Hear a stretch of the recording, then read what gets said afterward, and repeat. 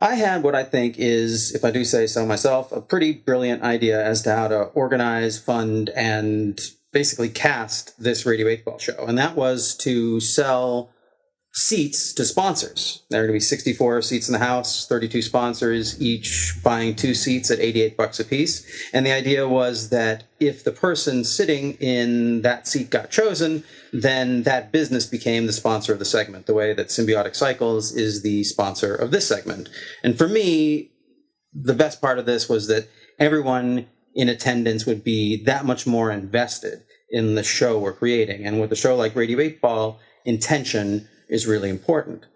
But then I got this other idea. Since there are 64 seats in the house, 8 times 8 is 64, there are 64 trigrams in the I Ching. I wanted to give everyone who came to the show their own I Ching reading, their own I Ching trigram. And I was just going to tear chapters out of the I Ching and have the sacred ushers give them to the attendees as they entered the show. But then a local artist named Sylvie Sovina got this idea to create her own customized 8x8 I Ching deck for this show. And throughout the show, you'll see that people will be holding up their cards or will be displaying them during their reading. And I hope that that added element maybe increases the potency of the synchronicities you experience. And I hope that understanding the way the show was structured just generally makes your experience of the Radio 8Ball show that much more powerful. Our next guest on Radio 8Ball is Daniel Cherniske. Give it up for Daniel Cherniske. My name is Daniel Cherniske. I am the co-founder of Symbiotic Cycles, which is an aquaponics design, development, and education firm here in Olympia, Washington. I was excited for the celebration of Olympia and for really the coming together of a lot of local businesses, artists, movers and shakers, and just kind of the eccentrics of our town. All right. Welcome to Radio 8Ball, Daniel. Thank you very much, Andras. Daniel, would you mind holding up your card so we can see what your I Ching card is? We can start to get our I Ching reading. Hold it up to the camera there. Before completion, the 64th card, the last card in the deck. We start with the last. That's interesting. Are you ready to ask your question for the Pop Oracle? Yes, sir. So my question for the Pop Oracle is, can we feed the world? Can we feed the world? Yes, sir. The question might be, will we? But I'll stick with what you got. Can we feed the world? Okay, and now to engage the Pop Oracle, you get to spin the Wheel of 8. Na, na, na, na, na, na. Wheel of 8. Song number 7. Ceremonial off ring. Off dash ring. The very first woman who I did marry was African American, and she was very beautiful, humble, patient, and true. They say opposites attract, because in fact they do. I was a dumbass punk back then, wicked hard. She was a good woman, good, so smart. See, I was only 19, she was 26, but man, how we loved to hold hands and lock lips. Nothing kinky. She was devout. I put a ring on her finger, yeah, but it didn't pan out. Ceremonial offering.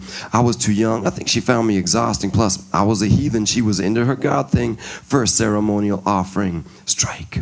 My second wife had eyes like wasabi, hot little body. Met her in the lobby of a delicatessen. She was Jewish and proud. She'd always interrupt me, so I learned to be loud. We fell in love, got married, moved into a fine house. She felt trapped though and snapped like Amy Winehouse. I spent some nights in the pine boughs like Kurt Cobain. Screwed around, started smoking that burnt cocaine. When I returned home, I got kicked out. My own spouse evicted me from my own house. That was that. I went from fat cat to lone mouse. Packed my bags and dragged my ass to my mom's house. Ooh, ceremonial offering. I took my gold band to the pawn king and pawned it. I cracked up, and I guess it ended up costing me my second ceremonial offering. Strike. Well, here's the deal, y'all. 3 strikes, you're out. Or is it third time's a charm, or is it 3's a crowd? Once bitten, twice shy, twice bitten, nice guy. I was staring down the barrel of a called third strike. Damn, it's like the game was tied. 2 outs, full count, 9th inning, oh my. Strike. 3, what can I say? I met her in a junk shop on Capitol Way. She was digging through a drawer labeled lingerie while the radio played Raspberry Beret. She was elegant and cool, like Kate Blanchett, but with a punk attitude and tattoos on her neck. I said, nice to meet you. I'm Prince Johnny Rotten. She said, yeah, right. I'm Cinderella Bin Laden. And then she blushed. Like rose petals and apples, it didn't take much to get us walking to the chapel for the honeymoon. We drove to Old Faithful. I fell into a geyser. The burn was painful. Ow, ceremonial offering. The ring slipped off, plop, dropped it in the hot spring. Didn't stop us though from popping out offspring. Third ceremonial offering. You don't stop. Keep loving them, Sandman, keep loving them. Ah, keep loving them, Sandman, keep loving them. Ah, keep loving them, Sandman, keep loving them. And you don't stop.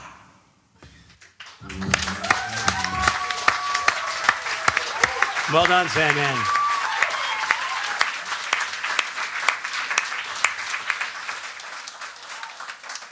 That was Ceremonial Off Ring from Sandman the Rapping Cowboy. The answer to Daniel's question, can we feed the world? I have a couple of ideas about that, but Sandman, you want to briefly give us any insight into the background of that song?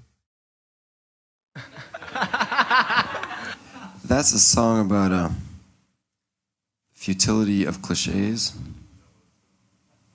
That's a song about just endurance, perseverance.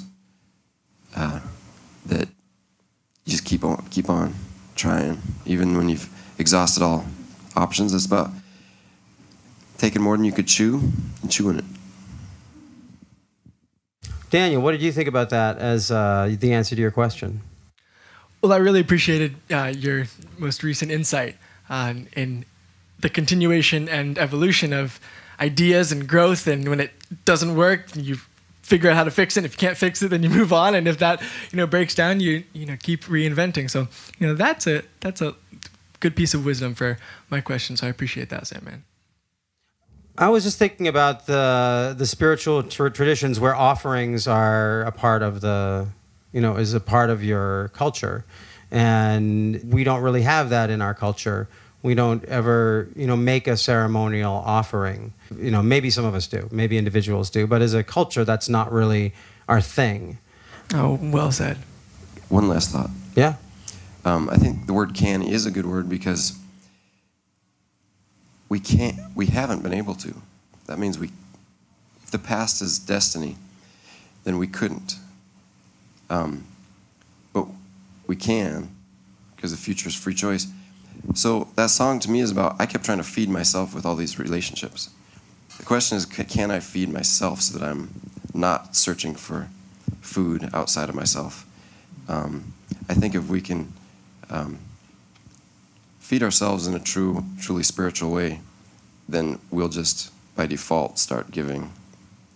But we can't always be feeling guilty about what we're not doing. We have to nourish ourselves, and in so doing, that'll spill over into everybody else, I think. Good answer. Good answer. Great answer. I'm Michaela J. for Sync Central. Something the boys missed was Sandman's line, "That didn't stop us from popping out offspring."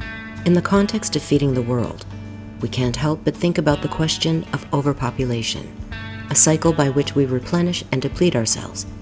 The fact that this episode was filmed on the fall equinox, the time of the harvest, reminds us that what we are doing on this show is harvesting synchronicity, and the ceremonial offering is the question. Daniel's question is one that feeds us and reminds us that the meal is not endless. Are there synchronicities you recognized? Please share them in the comment section of this video. Hello, Andras. Hey, Daniel. What's going on with Symbiotic Cycles?